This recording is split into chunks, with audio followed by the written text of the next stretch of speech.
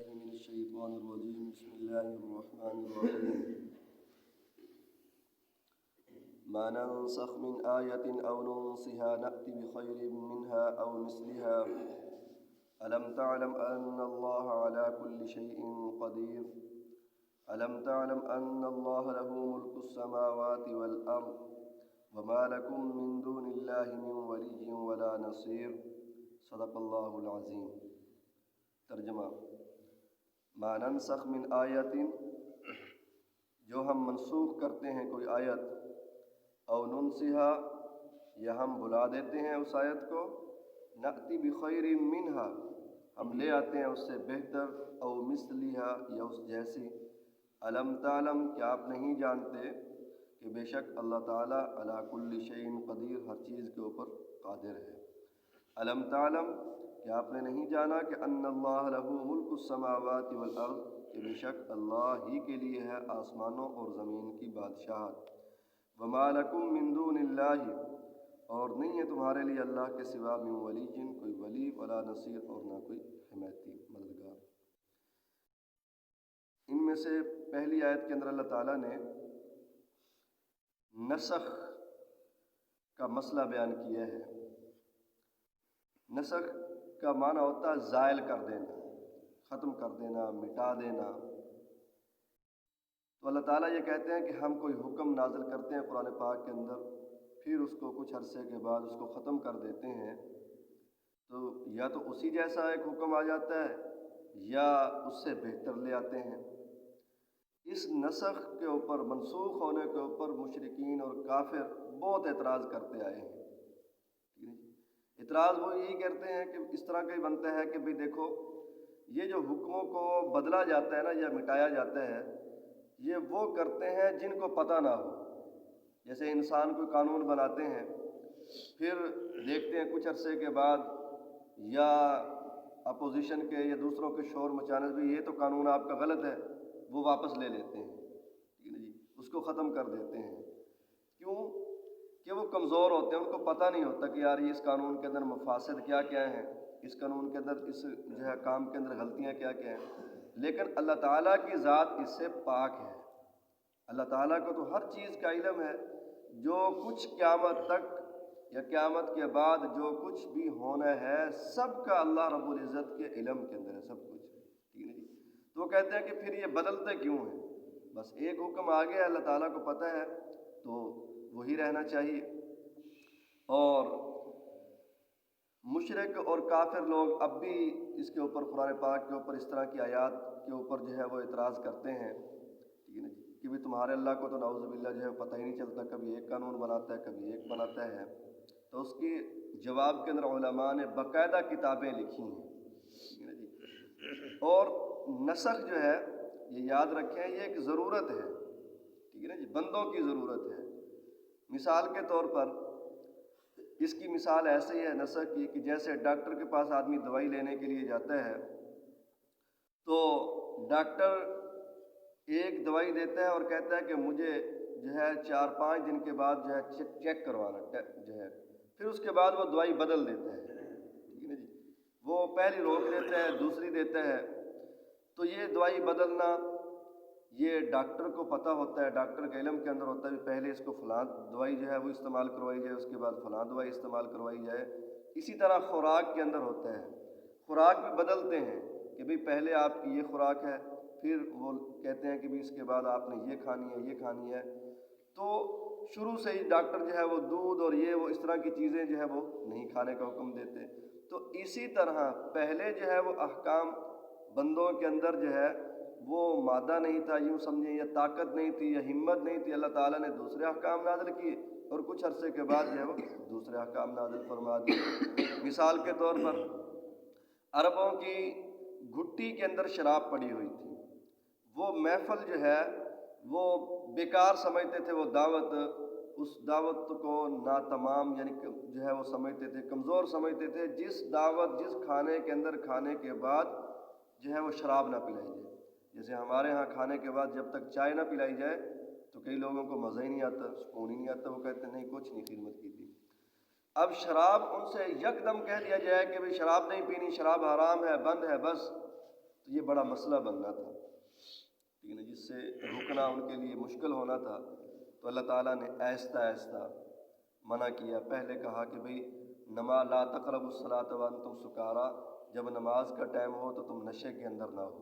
تھوڑا سا وقفہ ہو جائے گا نا کہ بھئی نماز کے وقت جو ہے ان کی نماز ہماری طرح 5-4 منٹ کی صحابہ کرام کی نماز تو نہیں ہوتی تھی، وہ تو لمبی نماز پڑھتے تھے۔ اس کے اندر تو آتا ہے فجر کی نماز کے اندر سورۃ بقرہ اور سورہ آل عمران پڑھتے تھے، ٹھیک ہے نا جی۔ 100 آیات جو ہے پڑھنا فجر کی نماز میں یہ سنت ہے، ٹھیک ہے جی۔ 160 مفسرین جو ہے فقہاء نے لکھا ہے، تو 10-15 منٹ، آدھا گھنٹہ جو ہے وقفہ آ جاتا، اس کے بعد دوسری نماز آ جاتی۔ اور اسی طرح پھر اللہ تعالیٰ نے ایک جگہ پر فرمایا کہ یہ جو شراب ہے، ٹھیک ہے نا جی، اس کے اندر کچھ دنیاوی مفاسد ہیں، فوائد ہیں، لیکن کچھ مفاسد بھی ہیں، یعنی برائیاں بھی ہیں اس کے اندر۔ ایسا ایسا کر کے جو ہے پھر حکم دیا کہ انما الخمر والمیسر والازلام رجس من عمل الشیطان، کہ یہ شراب جو ہے یہ گندی چیز ہے، یہ شیطان کے عمل میں سے ہے۔ اور پھر صحابہ کرام نے جو ہے اس کو پھینک دیا، ختم کر دیا۔ اسی طرح شروع کے اندر حکم تھا کہ کافر لڑکی کا مسلمان مرد کے ساتھ یا مسلمان بچی کا کافر مرد کے ساتھ نکاح کرنا جائز تھا، کیونکہ مسلمانوں کی تعداد بہت زیادہ کم تھی۔ پھر یہ حکم جو ہے جب مسلمانوں کی تعداد بڑھ گئی، اللہ تعالیٰ نے اس حکم کو ختم کر دیا کہ بھئی مسلمان بچی مسلمان کے ساتھ نکاح کرے اور کافر جو ہے وہ کافروں کے ساتھ نکاح کرے۔ مسلمان بچی کا نکاح کسی کافر کے ساتھ جائز نہیں ہے۔ تو یہ ضرورت بن گئی تھی نا بعد کے اندر تبدیل۔ اسی طرح شروع کے اندر جو ہے وہ زکوٰۃ نہیں تھی، شروع کے اندر روزے نہیں تھے۔ اب روزے بیچارے صحابہ کرام کو کہاں جو ہے وہ رکھنے تھے، وہاں تو پیٹ بھر کر جو ہے وہ روٹی جو ہے وہ نہیں ملتی تھی۔ تفسیر میں حضرت عبداللہ بن ذوالبجادین کا لقب لکھا، ذوالبجادین کا حالات لکھے ہوئے تھے کہ انہوں نے چاچا کے پاس پرورش پائی، نوجوان تھے، کلمہ پڑھا، مسلمان ہو گئے، بڑی سختی کی، مارا پیٹا، کھانے بند کیے جیسے ہوتے تھے اس دور میں، لیکن انہوں نے کہا بھی اب یہ کلمہ چھوٹ نہیں سکتا۔ یہ کلمے کی صفت ہے، جتنے سختی آتی ہے اتنا زیادہ مزہ آتا ہے، ٹھیک ہے جی۔ تو انہوں نے کہا کہ یہ جو آپ نے لباس پہنا ہو نا یہ ہمارا ہے، آپ اس کو اتار دیں۔ بالکل بیچاروں کو ننگا دھنگا کر دیا۔ یہ ایک جو ہے وہ گرے ہوئے مکان کے اندر جا کر بیٹھ گئے۔ کوئی آدمی جو ہے وہ لکڑیاں وغیرہ لینے کے لیے بوری یا گھاس لینے کے لیے بوری لے کر جا رہا تھا، اس کو آواز دی، ٹھیک ہے نا جی، وہ آنے لگا تو کہا کہ اندر نہ آنا، میں ننگا ہوں۔ وہ ڈر گیا، اس نے کہا کہ پتہ نہیں کیسی آواز ہے کیا نہیں، اس کو اعتماد دلایا کہ میں فلاں فلاں ہوں۔ وہ بوری لی، اس کے اندر سوراخ کیے اور وہ بوری جو ہے وہ اپنی شرمگاہ کے اوپر جو ہے وہ پہن لی، جیسے کفن جو ہے وہ نچلا حصہ پہنا جاتا ہے، اس طرح کر کے تو انہوں نے زندگی گزاری ہے۔ ان کا نام عبداللہ ذوالبجادین کا معنی ہے کمبل والا۔ کمبل سے مراد یہ ہے کہ وہ کمبل یا بوری سی جو ہے وہ لپیٹ کر مدینہ کے اندر ہجرت کر کے گئے تھے۔ حالات تو یہ تھے۔ اس کے بعد جب فراوانی ہوئی تو اللہ تعالیٰ نے احکام کے اندر بھی زکوٰۃ مقرر کر دی۔ اسی طرح احکام میں سے ایک حکم یہ بھی تھا کہ حضور علیہ الصلوۃ والسلام مدینہ منورہ کے اندر جب تشریف لے گئے، 17 مہینے تک تقریباً آپ نے بیت المقدس کی طرف منہ کر کے نماز پڑھی، اور اس کے بعد پھر آپ کی چاہت تھی، اگلے دوسرے پارے کے اندر آ جائے گا کہ میرے ابا ابراہیم علیہ السلام والا قبلہ ہی میرا ہونا چاہیے۔ تو اللہ تعالیٰ نے آپ کی چاہت اور پسند کے مطابق بیت اللہ کو آپ کا قبلہ جو ہے وہ منتخب فرما دیا۔ اب یہودی تو یہ اعتراض کہ کبھی وہ قبلہ کبھی یہ قبلہ، لیکن ادھر جو ہے کہ اللہ تعالیٰ نے حضور علیہ الصلوۃ والسلام کو ذوالقبلتین کا لقب دیا ہوا تھا کہ سابقہ کتابوں کے اندر کہ جو نبی آئے گا وہ ذوالقبل، یعنی دونوں قبلے اس کے ہوں گے۔ تو 17 مہینے اس طرف منہ کر کے نماز پڑھی اور بعد میں بیت اللہ کی طرف نماز پڑھی۔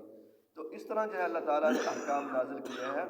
اللہ تعالیٰ کے علم کے اندر تھا، ٹھیک ہے نا جی، کہ فلاں وقت تک فلاں چیز کی ضرورت ہے، فلاں وقت تک فلاں چیز کی ضرورت ہے، اسی کے مطابق احکام کے اندر تبدیلی کی ہے۔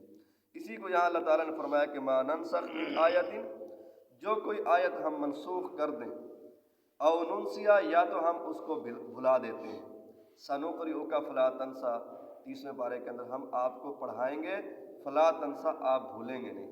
کتنی ہمارے نبی کی شان، اللہ تعالیٰ کہتے ہیں ہم آپ کو پڑھائیں گے، آپ بھولیں گے نہیں، الا ماشاء اللہ، ہاں جو بھلانا ہوا وہ بھلا دیں گے، جو اللہ تعالیٰ چاہیں گے وہ ختم کر دیں گے۔ اور فرمایا نأتی بخیر منہا، یا تو ہم اس سے بہتر لے آئیں گے۔ اس کی مثال ہے بہتر لانے کی، دیکھیں پہلے حکم یہ تھا کہ ایک مسلمان 10 کافروں کا مقابلہ کرے، 10 کافروں کے ساتھ لڑے، یعنی اگر مسلمان 100 ہیں تو کافر کتنے بنے؟ 100 ہیں تو 10 بننے کافر، ایک 10 کا مقابلہ کرے، ایک 1000 بن جائیں گے، یعنی 1000 کافروں کا 100 مسلمان مقابلہ کریں، یہ مسلمانوں کے لیے ضروری تھا۔ یعنی اگر ادھر سے فوج 1000 کی ہے اور ادھر مسلمان 100 ہیں تو یہ نہ کہیں کہ وہ زیادہ ہیں، بلکہ ان کے ساتھ کیا کریں؟ لڑیں۔ لیکن بعد میں حکم یہ آیا کہ ایک مسلمان 2 کافروں کا مقابلہ کرے۔ اس کے اندر آسانی ہو گئی ہے نا، اگر کافر 1000 ہیں تو مسلمان 500 ہوں، تو فرمایا کہ نأتی بخیر منہا، یا تو ہم اس سے بہتر لے آتے ہیں۔ اور بھی بہت سارے احکام اس طرح ہیں، او مثلیہ، یا اسی طرح کا لے آتے ہیں جس طرح کا پہلے حکم ہوتے ہیں۔ بیت المقدس سے بیت اللہ کی طرف جو ہے منہ کروا دیے۔ الم تعلم، کیا تم جانتے نہیں ہے کہ ان اللہ علی کل شیء قدیر، اللہ تعالیٰ ہر چیز کے اوپر قادر ہے، اس کی مرضی ہے جو حکم چاہے نازل کر دے، اس کی مرضی ہے جب چاہے اس حکم کو ختم کر دے۔ ہم مسلمان ہیں، ہم ماننے والے ہیں، جب تک جو حکم آئے گا، جو اللہ تعالیٰ کی طرف سے آرڈر آئے گا اس کو مان لیں گے۔ الم تعلم، کیا نہیں جانا کہ ان اللہ لہ ملک السماوات والارض، کہ بے شک اللہ ہی کے لیے بادشاہت آسمانوں کی اور زمین کی، وما لکم من دون اللہ، اللہ کے سوا من ولی ولا نصیر، نہ تو کوئی ولی ہے اور نہ ہی کوئی مدد کرنے والا ہے۔ اللہ تعالیٰ سے دعا ہے کہ اللہ تعالیٰ ہمیں یقین کامل نصیب فرمائے۔